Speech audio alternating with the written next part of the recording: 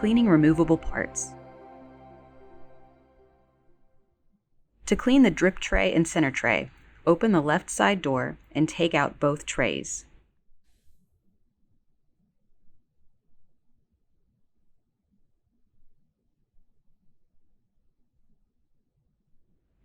Wipe away any product from both trays with a damp towel or tissue, or rinse gently with water.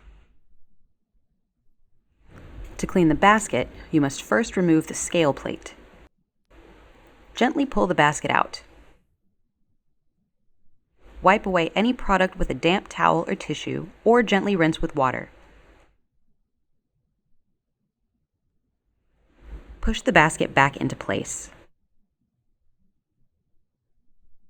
Place the scale plate back so that the scale pin sits properly on the scale knob.